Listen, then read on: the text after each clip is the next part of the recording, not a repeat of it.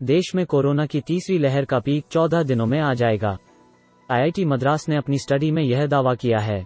इसमें कहा गया है कि कोरोना के मामले 6 फरवरी तक यानी 2 हफ्तों में चरम पर पहुंच जाएंगे। तीसरी लहर का मुख्य कारण कोरोना के ओमिक्रॉन वेरिएंट को माना जा रहा है। स्टडी के अनुसार भारत में कोरोना संक्रमण फैलने की दर बताने वाली आर वैल्यू 14 जनवरी से 21 जनवरी के बीच 2.2 से घटकर 1.57 रह गई है। ऐसे में तीसरी लहर के अगले 15 दिन में पीक पर पहुंचने की आशंका है। भारतीय प्रौद्योगिकी संस्थान आईआईटी ने 14 से 21 जनवरी के बीच आर वैल्यू 1.57 रिकॉर्ड की है। यह 7 से 13 जनवरी के बीच 2.2 थी। 1 से 6 जनवरी के बीच यह 4 पर थी। पिछले साल 25 से 31 दिसंबर के बीच आर वैल्यू 2.9 के करीब थी। ये सभी एनालिसिस आईआईटी ने कंप्यूटेशनल मॉडलिंग के आधार पर की है।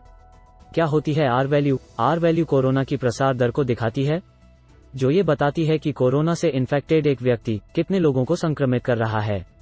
अगर आर वैल्यू 1 से ज्यादा है तो इसका मतलब है कि केस बढ़ रहे हैं, और अगर 1 से नीचे चली गई तो महामारी को खत्म माना जाता है।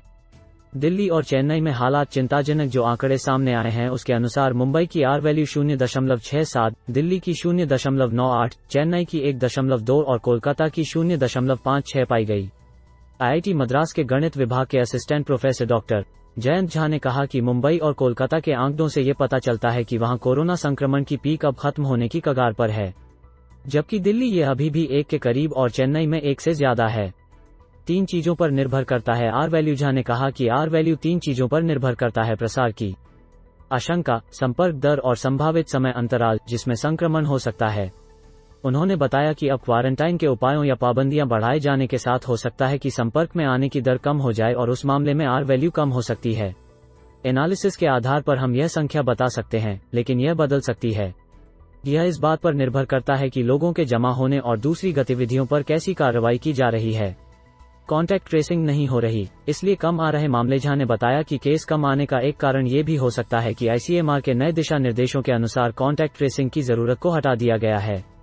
इसके अनुसार कोरोना संक्रमित लोगों के संपर्क में आने वालों का पता लगाने की जरूरत नहीं है, इसीलिए पहले की तुलना में संक्रमण के मामले कम आ रहे हैं। कम्युनिटी ट्रांसमिशन की स्टेज में पहुंचा ओमिक्रॉन वेरिएंट देश में कम्युनिटी ट्रांसमिशन की स्टेज में पहुंच गया है। यह कई महानगरों में बेहद प्रभावी हो गया है, जहां नए मामले तेजी से बढ़ रहे हैं। Indian SARS-CoV-2 genomics consortium INSACOG ने अपने नए बुलेटिन में यह जानकारी दी है। INSACOG ने यह भी कहा कि ओमिक्रॉन का सब वेरिएंट BA.2 भी कई जगहों पर मिला है। देश में ओमिक्रॉन का पहला केस पिछले साल 2 दिसंबर को सामने आया था, इसलिए लिहाज से महज 7 हफ्तों के अंदर कम्युनिटी ट्रांसमिशन स्टेज आ गई है। INSACOG देश भर में कोरोना वायरस में आ रहे बदलावों की जांच कर रहा है ताकि यह समझने में मदद मिल सके कि यह कैसे फैल रहा है और डेवलप हो रहा है। इसके साथ ही INSACOG इससे निपटने के लिए बेहतर उपायों के बारे में सुझाव भी देता है।